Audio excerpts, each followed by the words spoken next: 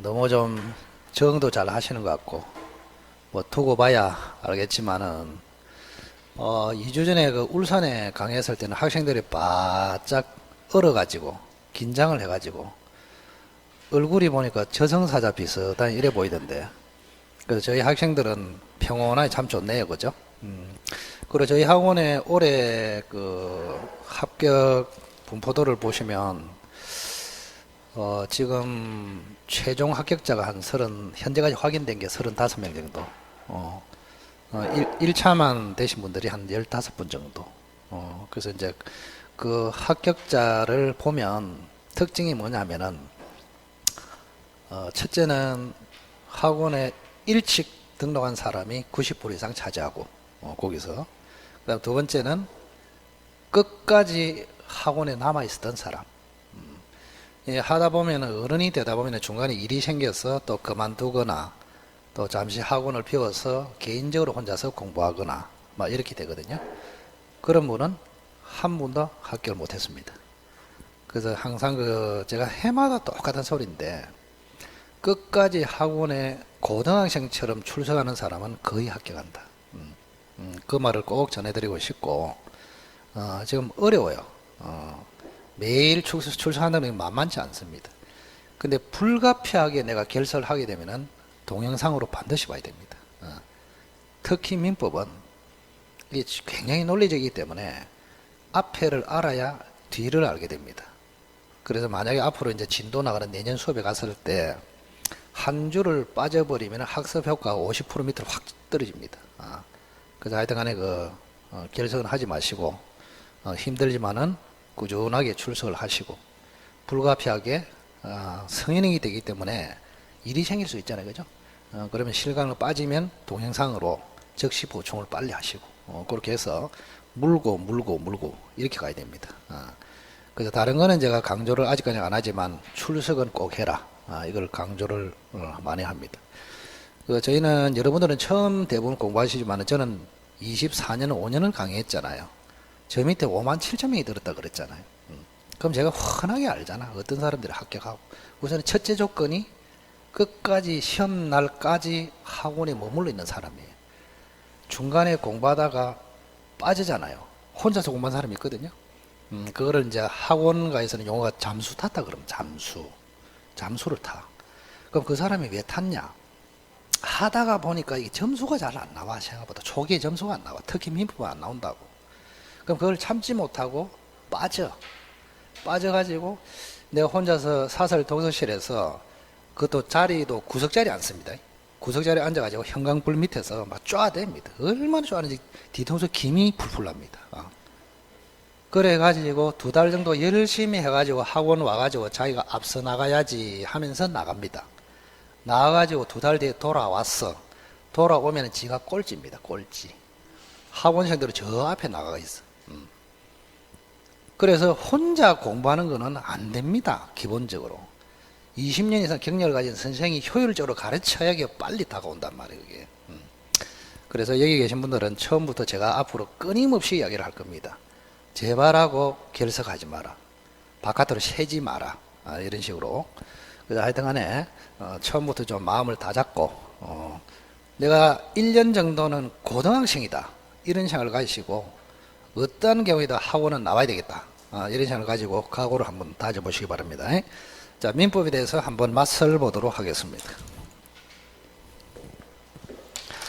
저한테 잘 따라오면 민법이 굉장히 수준 높고 어려운 과목인데, 70점, 제가 이제 저 밑에 3년 전에 100점 받은 친구도 있거든요. 전국 수석했단 말이에요.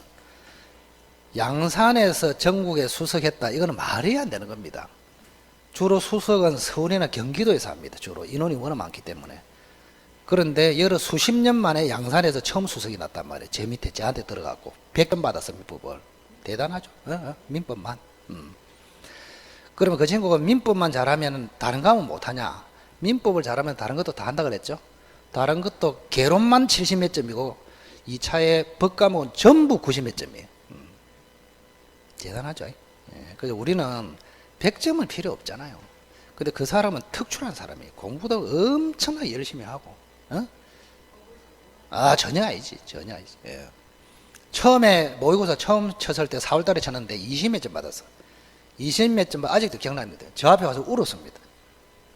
내가 그래도 학창 시절에는 그래도 뭐 우도 받고 수도 받았는데 20점을 받아가지고 인생이 페인됐다면서 울더라니까 이렇게.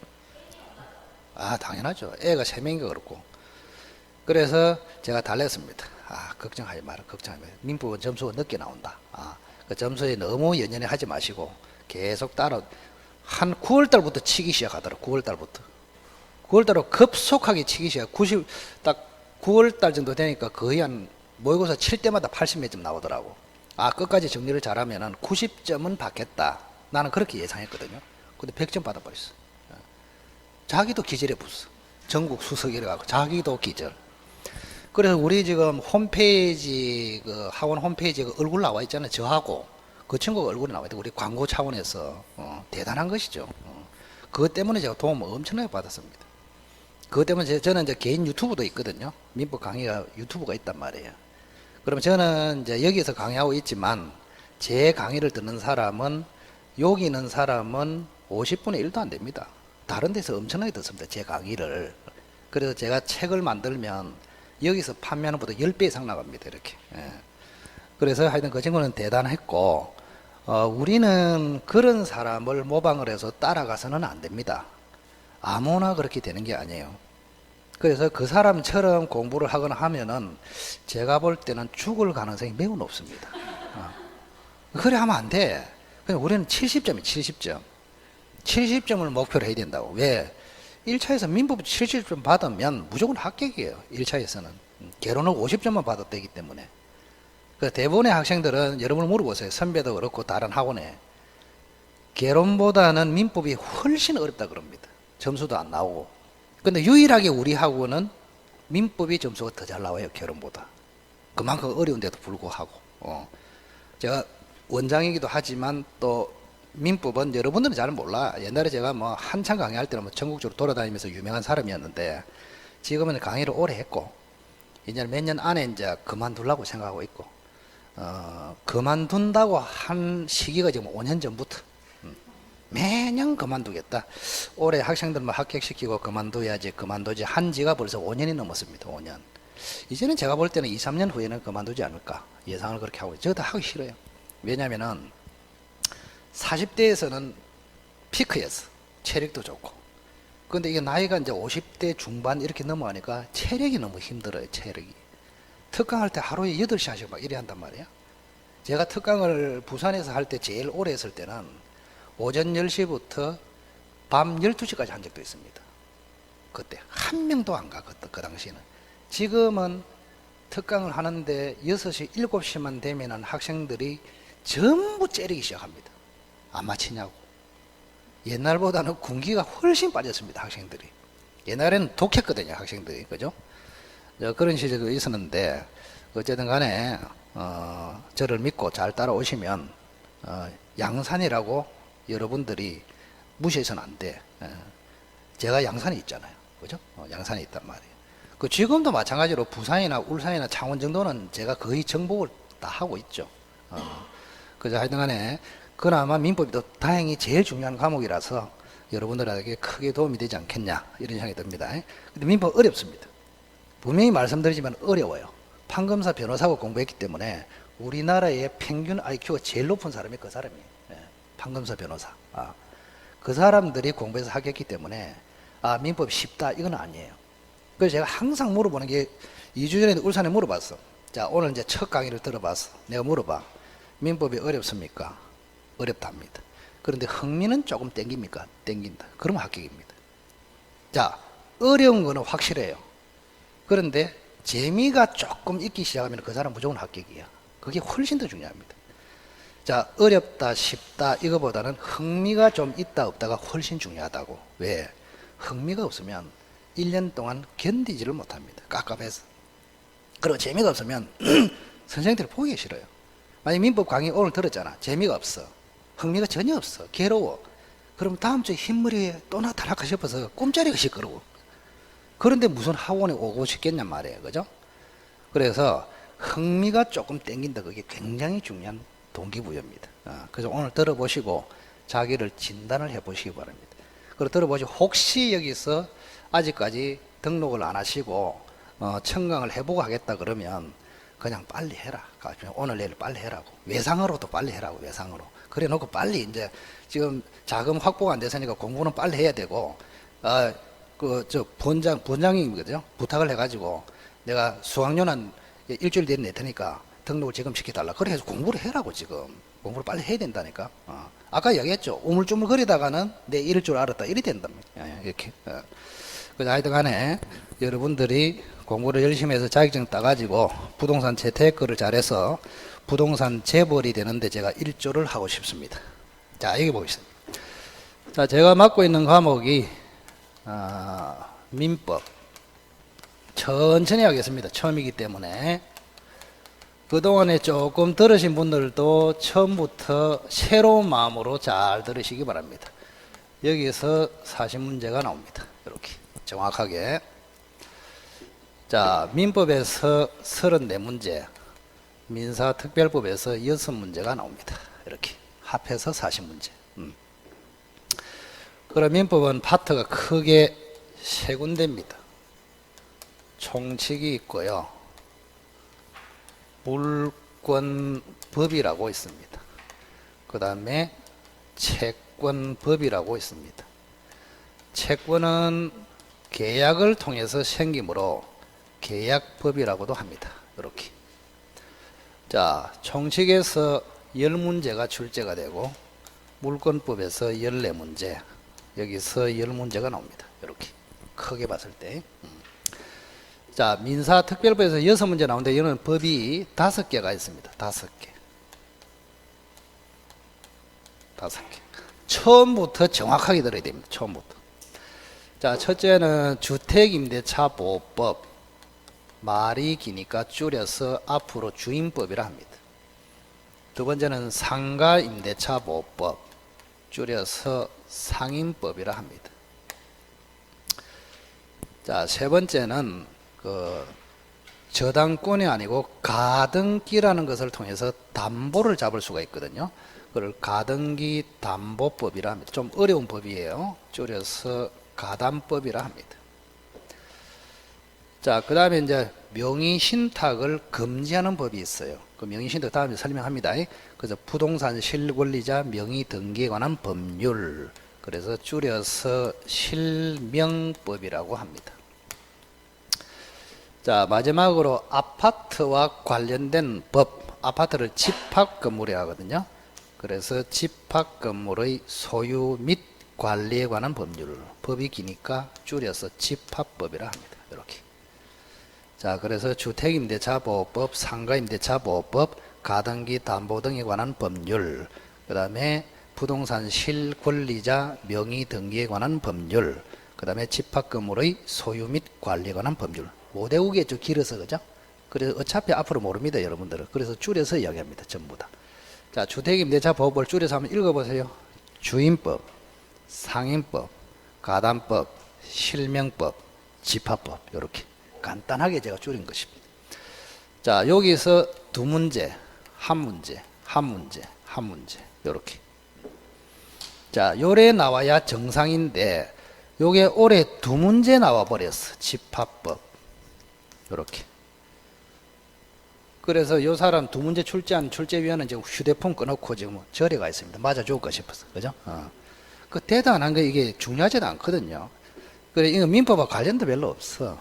그래서 우리는 요 법은 과감하게 포기해서 공부 안 합니다. 제가 가르치지도 않습니다. 투자 효과가 재료다, 이 말, 투자. 여러분이 앞으로 그 2차 과목에서 중개법 아까 들어보셨죠? 중개법은 공인중개사 법이 조문이 50몇 개예요. 조문이 50몇 개인데 30문제가 거기서 나와요. 그러면 조문이 50몇 개인데 30문제 나오는데 집합법은 조문이 67개입니다. 67개에서 한 문제 나온다고. 그래서 과감하게 포기하는 게 낫다. 선생님 저는 100점 받았긴데요 하는 그 사람만 공부하면 돼. 그 사람만. 에? 이거는 안 하는 게 훨씬 효율적이다. 공부는 효율입니다. 효율. 그죠? 우리는 공무원 시험처럼 평균 90몇 점 받아야 되는 게 아니잖아요. 60점이 60점. 이거를 붙잡고 있으면 엄청나게 어리석단 말이에요. 이게 공부 양도 굉장히 많아. 그래서 이 네 개를 해야 된다 이 말입니다. 그죠? 자, 그 중에서 여기 보면은 요것도 주택임대차, 요거는 상가임대차. 민법에 가도 여기 임대차가 있습니다. 그래서 임대차는 총 세 군데 나옵니다. 임대차.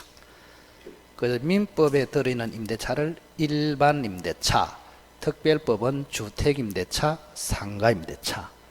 그래서 임대차에서 여기서 한 세 문제 정도 나오거든요.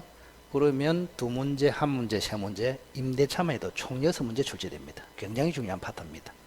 그래서 일반 임대차, 주택 임대차, 상가 임대차 이렇게. 그리고 전체적으로 보면은 이거는 후순입니다. 문제 수도 6개밖에 안 나오고 그렇게 논리적이지도 않고 체계적이지도 않습니다. 문제는 여기가 굉장히 어렵고 논리적이고 체계적입니다. 그래서 제가 수업을 할 때 2달 만에 진도가 끝나는데 9주가 나오면 여기를 터치하고 8주가 나오면 이거는 안 합니다. 여기까지만 합니다. 이렇게. 자, 그러면 진도를 더 빨리 나오면 되지 않습니까? 자, 기본서가 아까 700페이지, 650페이지를 그랬죠?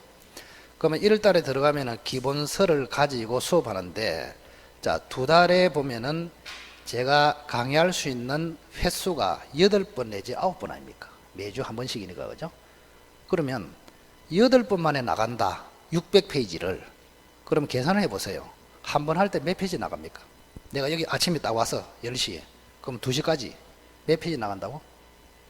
600페이지 나누기 8 해보십시오. 계산도 안 된다. 좀 기다려줄게. 어? 응? 하여튼 간에 하루에 80페이지 나간다 생각하면 됩니다. 10시에 딱 와가지고 2시에 끝나면 기본서가 80페이지 진도가 나온다고. 그러면 그거를 여러분들이 두려워할 필요 없어. 선생님이 효율적으로 한단 말이에요. 딱 보고. 그 뭐 다 읽는 것이 아니고. 그래서 어쨌든 간에 여러분들은 걱정할 필요 없고, 일단은 요거를 중심으로 해야 된다. 그래서. 자, 그러면 우선은 첫째는 타이틀이 뭐냐? 민법의 특성이 뭐냐? 특성. 요거를 가장 기초적으로 알아야 돼요. 이거는 11월 달에 오지 않는 분은 절대 들어본 적이 없습니다. 그래서 11월 달 강의가 굉장히 중요하다니까. 이게 기초가 확실히 딱 잡혀야 나중에 점수로 굉장히 먼저 상승을 하게 돼 있다. 자, 민법의 특성은 이렇습니다. 한마디로 딱 이야기하면은 실체적 일반 사법이다. 딱 이렇게 합니다. 한번 읽어보실랍니까? 실체적 일반 사법이다. 그럼 실체법이다 이 말이죠. 그러면 실체하고 반대말이 절차입니다. 절차법. 그 다음에 일반법하고 반대말이 특별법입니다. 자, 사법하고 반대말이 공법이다 이 말입니다. 그래서 민법은 여기에 해당 사항이 없습니다. 이렇게. 그러면 이제 뜻이 뭐냐를 딱 봐야 돼. 자, 앞으로 실체는 권리를 규정하는 법이다. 간단하게 생각하실 건데. 이거보다 훨씬 복잡하게 표현할 수 있는데 그러면 오래 못 갑니다. 자, 실체 그러면 뭐라고? 권리. 권리가 발생하는 근거를 정해놓은 법이 실체법이에요. 그러면 권리가 있잖아요. 그럼 예를 들어서 내가 토지를 샀어. 매매를 했단 말이야. 그럼 나는 매수인이야. 그러면 딱 1억으로 매매를 하면은 매수인에게는 소유권 이전 청구권이라는 권리가 생깁니다. 그 권리를 생기게 하는 법이 뭐라고? 실체법. 그 다음 내가 그럼 소유권 이전 청구해라. 소유권 넘기라 빨리. 잔금 주고 소유권 넘기라 했는데 저놈이 이전을 안 해줘. 그럼 나는 어떻게 하냐? 그거를 권리 실현이 방해된다 이렇게 표현합니다. 내가 권리를 실현해야 되는데 저쪽에서 소유권 이전을 안 해줘. 방해. 그러면 이 권리를 실현해야 되잖아요. 실현. 즉 내가 소유권 이전 청구권이라는 권리만 가지고 있으면 되는 것이 아니고 그 권리를 실현해서 소유권을 가져와야 됩니다. 그러면 이 실현하는 절차, 이 절차를 규정하는 법을 절차법이라 합니다. 그럼 절차법의 대표적인 게 소송법이다 이 말입니다. 소송. 그래서 민법에 의해서 내가 소유권 이전 청구권이 생겼는데 그 소유권 이전 청구를 하니까 저놈이 매도인이 소유권 이전을 안 해줘. 그럼 나는 소유권 이전 청구 소송을 해가지고 강제로 이전을 받습니다. 그 소송을 정해놓은 법을 뭐라고 한다고? 소송법, 절차법 이렇게 한단 말이에요. 그래서 우리는 권리를 발생시키는 때까지만 공부하지 요거는 우리가 공부하는 분야가 아니다 이 말입니다. 요거는 민법이고 요거는 소송법 이렇게 됩니다. 자, 그다음 자, 일반이란 말은 전 국민이 적용을 받는 법이다 이런 이야기입니다. 자, 민법에 적용을 받지 않은 인간이 있을까요? 우리나라에서? 없습니다. 대통령도 다 적용을 받습니다. 모든 사람에게 적용되는 법을 뭘 한다고? 일반법 이렇게 합니다.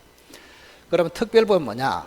특별한 사람만 적용받는 법을 특별법이라 합니다. 그러면 예를 들어서 일반 모든 국민 중에서 장사를 하는 사람을 상인이라고 합니다. 상인, 법적으로. 그러면 상인만 적용받는 법을 상법이라고 합니다. 뭐라고 한다고요? 상법이 있단 말이에요. 대표적인 것을 이야기합니다. 그래서 상법은 상인만, 특별한 사람에게만 적용되는 법이기 때문에 특별법, 민법은 전 국민이 적용을 받기 때문에 일반법 이렇게 부릅니다. 자, 민법은 일반법, 상법은 특별법 이렇게 부릅니다. 그 다음에 사법. 자, 사법은 개인 간에 적용되는 법입니다. 이거는 개인 사자를 쓰거든요. 사법 이렇게. 그럼 매매 같은 거는 매도인도 개인, 매수인도 개인 아닙니까? 그래서 매매에 관련된 규정이 민법이 들어있단 말이야. 왜 개인끼리 관계를 규정하는 법, 그걸 뭐라 한다고? 사법 이렇게 불러요. 그럼 공법은 뭐냐? 공법은 당연히 국가나 또는 공공단체, 지방단체죠, 그죠? 공공단체가 관여하는 그런 경우에 적용되는 법을 공법이라 합니다. 국가가 개입된다. 공공단체가 개입된다. 여러분은 2차 과목에 공법이라는 거 들어있죠? 공법이 있잖아요. 그죠? 공법은 전부 다 건축 허가 내고 뭐 이런 거예요. 그럼 건축 허가는 개인끼리 합니까? 내하고 국가하고 합니까? 내하고 국가하고. 그래서 개인하고 국가, 개인하고 공공단체 간의 관계를 적용하는 법을 뭐라 한다고? 공법이라 합니다. 그러면 우리 민법은 공법도 아니고 특별법도 아니고 절차법도 아니고 사법, 일반법, 실체법 이렇게 된단 말이에요. 그래서 그걸 한마디로 민법은 실체적 일반 사법이다. 딱 한마디로 그렇게 하시고.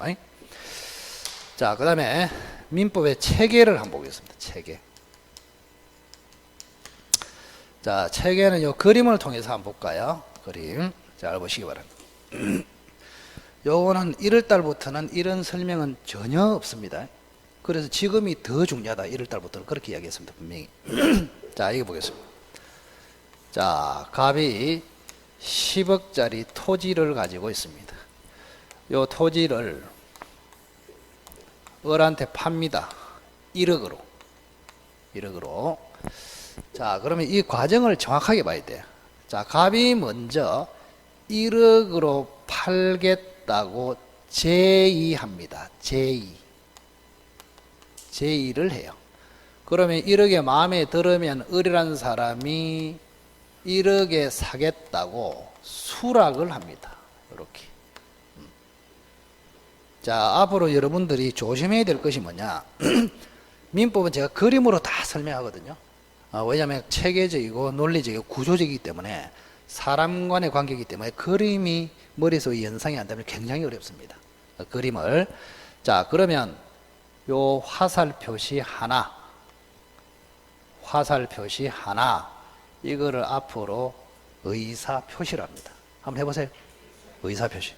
의사 표시가 민법의 90%를 해도 과언이 아닙니다. 굉장히 중요합니다. 의사 표시.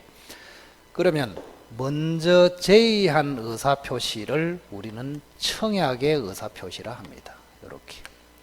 수락하는 의사 표시를 승낙의 의사 표시라 합니다. 이렇게. 그러면 파는 제의를 했기 때문에 이거를 매도 청약이라 합니다. 사는 성락을 했기 때문에 매수 성락이라고 합니다. 이렇게. 그래 이걸 읽을 때 갑이 1억으로 매도 청약을 하니까 을이 1억으로 매수 성락을 했다. 이렇게 됩니다.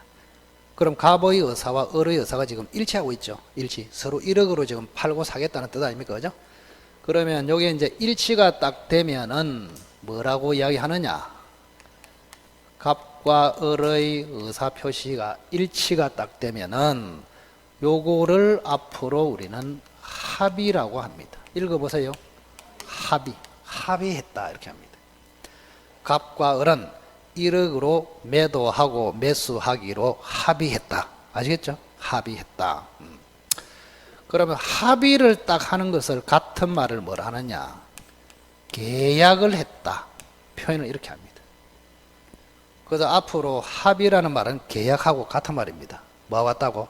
합의나 계약 같은 말입니다. 계약. 자, 그러면 여기 이제 잘 보시면, 자, 팔겠다는 청약, 사겠다는 성락, 이렇게 돼 있잖아요. 그럼 파는 사람을 뭐랍니까? 매도인. 사는 사람을 매수인. 이렇게.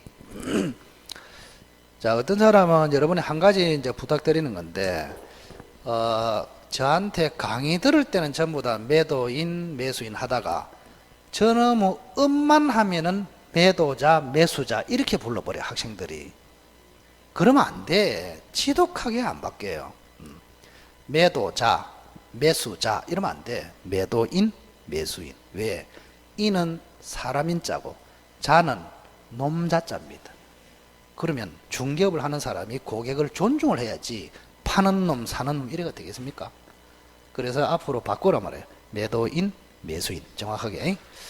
자, 그러면 이 합의를 해가지고 계약이 성립되는데, 매도, 매수하는 계약을 했단 말이에요. 그걸 매매라고 합니다. 매매라고 한다. 매매. 그래서 매도, 매수, 합의했다. 그걸 뭘 한다고? 매매. 그러면 매매는 계약에 속합니다. 계약. 그럼 좀 이따 배우겠지만 계약은요, 더 큰 개념에서 법률 행위라고 합니다. 이제 조금 어려워집니다. 정신 바짝 차리고. 처음에 실을 잘 깨야 돼요. 자, 그러면 이때 이제 표현할 때 갑과 을은 매매했다. 갑과 을은 계약했다. 갑과 을은 법률 행위했다. 같은 말입니다. 개념이 내려오면은 넓어지고 올라가면은 좁아집니다. 자, 그러면 거꾸로 해볼까요? 법률 행위 중에 하나가 계약, 계약 중에 하나가 매매, 이렇게 돼요. 그러면 계약 중에는 매매 말고도 많이 있어요. 시험에 들어가는 게 딱 3개 있어. 교환, 임대차. 계약 중에서 요 3가지가 시험 범위에 들어갑니다. 자, 매매 계약, 교환 계약, 임대차 계약. 요 3개만 시험 범위예요. 왜 그러냐? 여러분이 중개업을 할 때 중개를 하잖아요. 그럼 중개는 뭘 중개하느냐? 어떤 행위를 중개합니다. 그 행위가 요 3개밖에 없어요. 그 여러분이 시험에 합격해서 중개를 하는 대상이 요 3개밖에 없어요. 매매를 중개, 교환을 중개, 임대차를 중개. 요 3개밖에 없다니까. 그래서 시험도 이 3개밖에 안 나옵니다. 지금. 그래서 계약 중에 시험에 나오는 게 몇 개라고? 3개. 매매, 교환, 임대차. 자, 그럼 이 3개를 뜻을 간단하게 이야기할게요. 자, 매매는 물건하고 돈하고 바꾸는 게 매매입니다. 그 다음, 갑은 토지를 주려고 하고 을은 집을 주려고 합니다. 물건끼리 바꾸는 것을 뭐라고? 교환. 그 다음, 물건을 빌려주고 빌리는 것을 대차라고 합니다. 대차. 빌려줄, 빌린다. 이렇게. 전부 다 한자예요, 한자. 빌려주고 빌리는 뭘 한다고? 대차. 자, 대차는 2종류가 있어요. 만약에 갑이요, 을로부터 월세 받고 빌려줘. 그러면 임대차를 합니다. 근데 월세를 안 받고 공짜로 빌려줘. 그러면 사용대차랍니다. 아시겠죠? 공짜로 빌려주면 뭐라고? 사용대차. 대가를 받고 빌려주면 임대차. 그럼 하나 물어볼까요? 공짜로 빌려주는 사용대차하고 그 다음에 대가를 받고 빌린 임대차하고 이걸 중개했을 때 중개 수수료 받으려면 뭐가 돼야 될까? 임대차가 돼야지. 그죠? 공짜로 빌려주는 것을 중개를 해가지고 수수료 받기 좀 어렵잖아. 우리가 돈이 개입이 안 되기 때문에. 그래서 사용대차는 시험에 안 들어간다고. 그래서 반대말을 한번 적어볼게요. 임대차고 항상 잘을 하려면은 반대말을 잘 알아야 무슨 말인지 안단 말이야. 대가를 받고 빌려준다, 대가 없이 빌려준다. 이거는 시험 범위에 안 들어간다고. 그래서 시험 범위에 들어가는 것은 임대차, 교환, 매매 이렇습니다. 자, 그 다음 그러면 법률 행위에는 계약이 들어가는데 계약하고 또 대응되는 게 단독 행위라고 있습니다. 단독 행위 이렇게 체계적으로 딱 공부를 해야 돼. 자, 계약은 아까 합의한다 그랬잖아요. 그럼 두 사람이 뜻을 맞춘다. 이게 합의예요, 계약. 그런데 단독 행위는 말 그대로 단독으로 일방적으로 행위한다. 그런 뜻이에요. 그래서 단독 행위는 예를 들어서 이겁니다. 갑이 을에게 일방적으로 의사표시하는 행위, 이걸 단독 행위라 합니다. 그런데 계약은 어떻습니까? 갑도 의사표시하고 을도 의사표시하고 그게 일치하고 이게 계약이란 말이에요. 그래서 계약은 의사표시 두 개가 일치한다. 그게 계약이고 단독행위는 한 사람이 상대방에게 의사표시 하나로서 일방적으로 한다. 이게 단독행위입니다. 그러면 사회에서는 계약하고 단독행위가 뭐가 많을까요? 99%는 이겁니다. 이걸 쉽게 하면 거래 아닙니까? 거래. 니하고 내하고 거래한다 이런 뜻이죠. 이게 99%라. 이거는 그냥 이런 게 있다는 것만 알고 있어. 그래서 법률 행위에는 계약하고 단독 행위가 있다. 그 다음 법률 행위하고 반대말이 또 뭐냐? 사실 행위라 합니다. 사실 행위. 그러면 이거 차이를 뭘 가지고 하느냐? 자, 만약에 조금 전에 화살표, 의사표시가 들어가는 행위를 법률행위, 간단하게 얘기하십시오. 간단하게. 의사표시가 안 들어가는 행위를 사실행위라 합니다. 자, 의사표시가 들어가면 법률행위, 안 들어가면은 사실행위. 그러면 법률행위는 속에 의사표시가 들어가기 때문에 요 의사 때문에 효과가 발생합니다. 효과라는 것은 권리를 이야기합니다. 나의 의사 때문에 권리가 생긴다. 그럼 여기는 의사가 없잖아요. 그럼 의사 때문에 권리가 생긴다 말을 못 하잖아요. 그래서 사실행위에 의해서 권리가 생기려면은 그 사실행위가 법률 규정에 있어야 됩니다. 이렇게. 법률 규정으로 효과가 발생합니다. 여기는. 자, 법률 행위는 그 속에 들어있는 의사에 의해서 효과가 발생하고 사실 행위는 의사가 없기 때문에 사실 행위가 법률 규정으로 돼 있어야 효과가 권리가 생긴다고. 그래서 앞으로 복잡하게 생각하지 마시고 사실 행위하고 법률 행위는 항상 같은 말임을 잊지 말아라. 무조건 같은 말이다. 이 굉장히 중요합니다. 앞으로.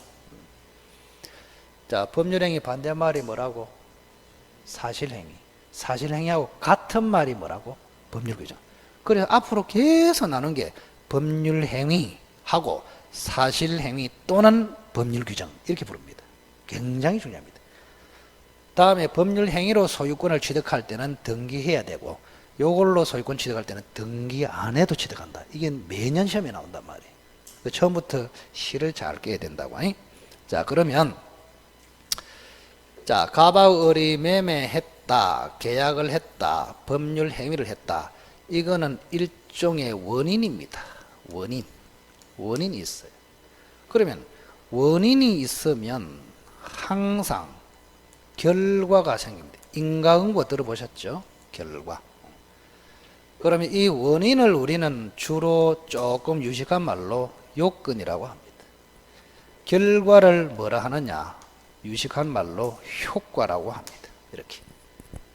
그래서 그냥 요건, 그냥 효과 하면 이상하기 때문에 앞에다가 법률 요건, 앞에다가 법률 효과 이렇게 부릅니다.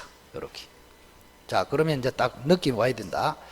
자, 매매, 계약, 법률 행위라는 법률 요건을 구비하면 법률 효과가 항상 생긴다. 이렇게 됩니다.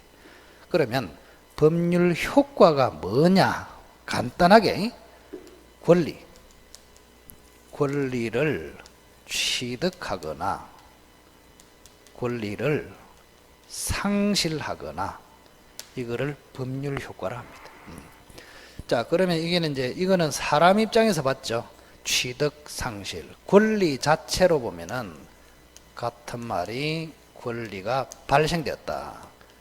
권리가 소멸되었다. 같은 말입니다. 자, 그래서 법률 효과가 무슨 말입니까? 취득, 상실, 발생, 소멸. 이렇게. 그럼 이거를 또 한마디로 뭐라 합니까? 뭐라 하기는 이거를 권리 변동이라고 합니다. 한번 읽어봐요. 권리 변동. 자, 그러면 항상 여러분들은 법을 딱 봤을 때 어떤 법률 요건을 구비하면 법률 효과로서 권리가 변동된다. 이게 머릿속에 딱 들어가 있대요. 자, 자꾸 해봐야 돼. 말로서도 해봐야 돼. 법률 요건을 구비하면 그 법률 효과로서 권리가 변동된다. 이게 항상 있습니다. 자, 그러면 이 그대로 적용시켜 보면, 자, 을이 만약에 등기까지 하게 되면 이제 매수인이 저 토지의 소유권을 취득합니다. 맞죠? 소유권. 그럼 이 사람이 소유권을 취득하면은 매도인은 소유권을 뭐 합니까? 상실하죠. 이렇게. 네? 자, 그래서 갑과 을이 매매, 계약, 법률 행위를 하니까 갑에게는 소유권이 없어지고 을에게는 소유권이 생기고 이걸 변동이라 한단 말이에요. 그러면 이러이러한 법률 요건을 갖추니까 법률 효과로서 갑은 상실, 을은 취득, 권리 변동이 생기더라. 아시겠나요? 너무 어렵나? 이 정도는 괜찮은데 이 험난한 민법을 어떻게 헤쳐나가려고? 제 나름대로는 처음에 여러분이 오셨기 때문에 가장 쉽게 이제 나름대로 설명하려고 노력하고 있는 중입니다. 예. 자, 그래서 이제 다시 한번 이야기하면은 모든 법은 요건과 효과로 되어 있습니다. 자, 그럼 대표적으로 범죄를 처단하는 형법이 있잖아요.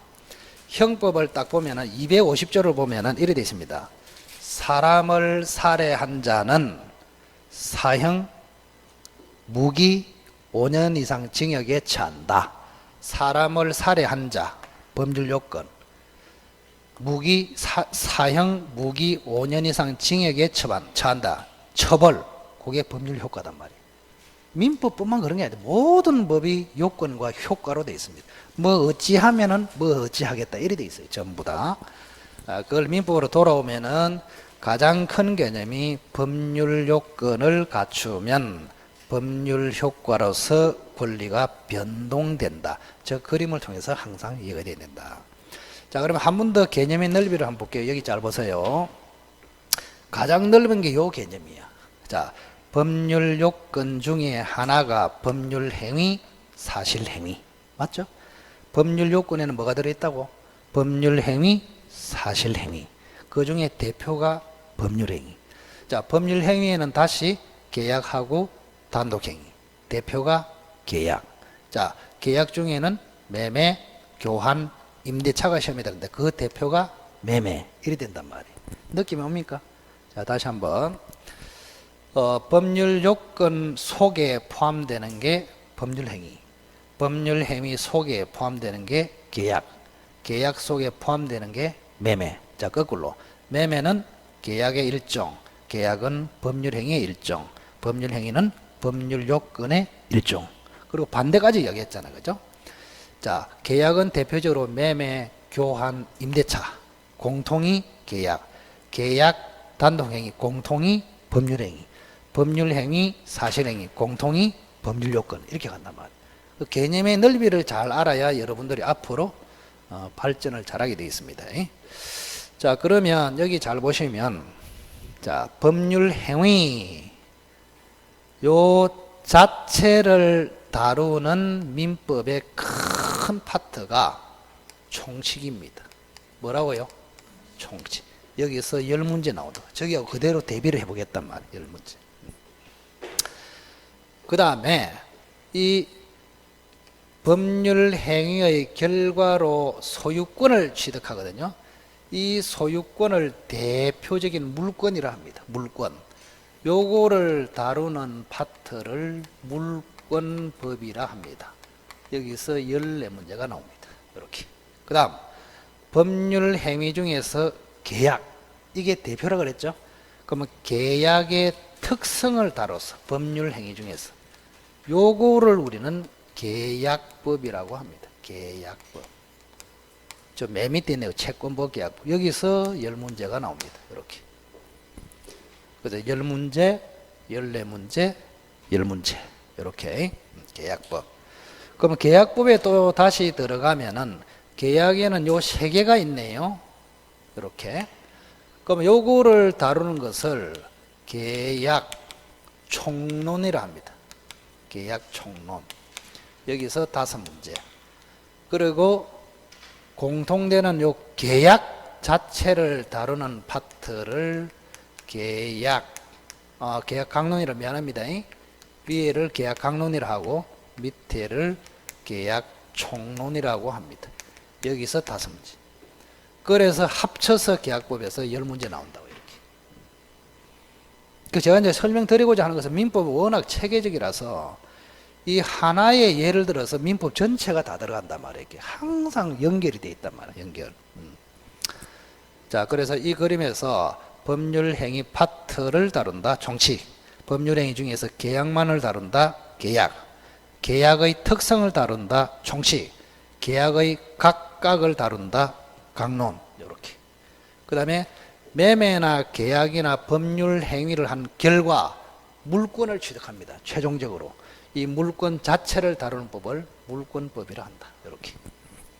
저쪽에 써놓은 게 이 그림에서 표현이 되고 있다. 이런 얘기입니다. 그죠?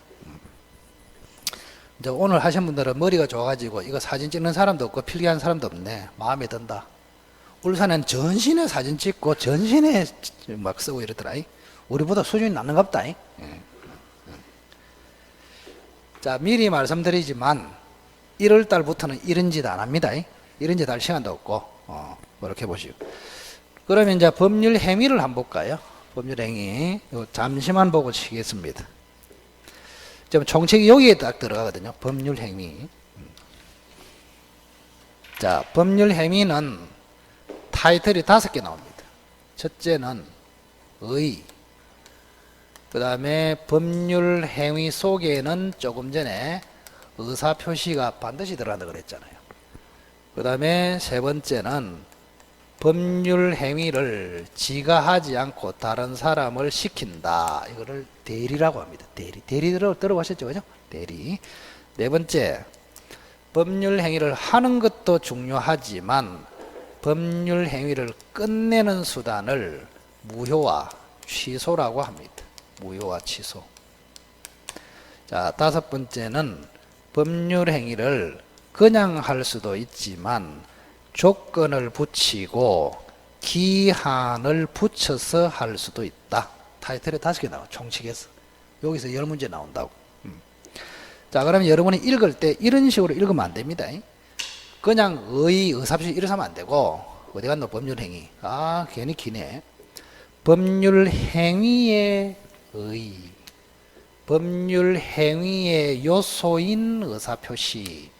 법률 행위의 대리, 법률 행위의 무효 취소, 법률 행위의 조건 기한. 읽을 때 이래 읽으라고. 아시겠어요? 전부 다 뭐를 다루고 있다고? 법률행위, 법률행위. 그래서 총책에는 그냥 타이틀이 이렇게 나옵니다. 이게 그냥 교과서가 우리 시중에 21 종류가 나오거든요. 공통된 타이틀이 이거예요, 전부 다. 자, 법률행위의 의, 법률행위의 요소인 의사표시, 법률행위의 대리, 법률행위의 무효취소, 법률행위의 조건, 기한. 그럼 이거 의는 별 필요가 없으니까 다음에 단순하니까 그건 뭐 사실행위하고 다르다 그거 말고 여기부터가 어마어마하게 중요하다 이 말입니다. 아시겠나요? 굉장히 중요하다. 그래서 좀 쉬었다가 요 의사표시를 한번 체계적으로 다뤄보도록 하겠습니다. 의사표시는 여기서 조심해야 돼요. 미리 이야기하지만 요거 화살표, 그 다음에 여기서 단독행위에서 화살표, 이걸 의사표시라 합니다. 그래서 이렇게 생각하면 돼요. 법률행위 속에 들어있는 게 의사표시, 의사표시를 싸고 있는 껍데기가 법률행위, 이렇게 생각하십시오. 굉장히 추상적입니다. 그래서 현실적으로 다가오는 개념이 의사표시가 다가오지 법률행위가 안 다가와요. 예를 들어서 시험에 딱 갔는데 갑이 을에게 법률행위를 했는데 이런 건 시험에 안 나와. 계약을 했는데 예를 들어서 뭐라는 의사표시를 했는데 이렇게 나온단 말이에요. 추상적인 개념이 법률행위야. 그래서 항상 앞으로 여러분들이 법률행위 속에 들어있는 게 의사표시네, 의사표시를 싸고 있는 껍질이 법률행위네, 이 인식을 가지고 있으라고. 그래야 조금 편합니다. 됐나요? 좀 쉬었다 합시다. 시험 올해 합격하실 때까지는 믹스커피를 사랑하십시오. 제가 믹스커피를 굉장히 좋아하거든요. 언젠가는 빨리 끊으라고 학생들이 막 난리를 치던데, 이제 믹스커피 안 좋으니까 끊으십시오 이래 하는데, 여러분만 합격시키고 믹스커피를 끊을게. 요것도 5년 됐습니다. 이런 말 한 적도. 근데 믹스커피가 효과가 좋더라고요. 조금 피곤하고 이럴 때는 좀 각성 효과도 좀 있고, 필요하면은 커피를 한 잔 마시기 바랍니다. 자, 조금 쉬었다가 나머지 이제 의사표시하고 대리하고 같이 한번 설명을 드리도록 하겠습니다.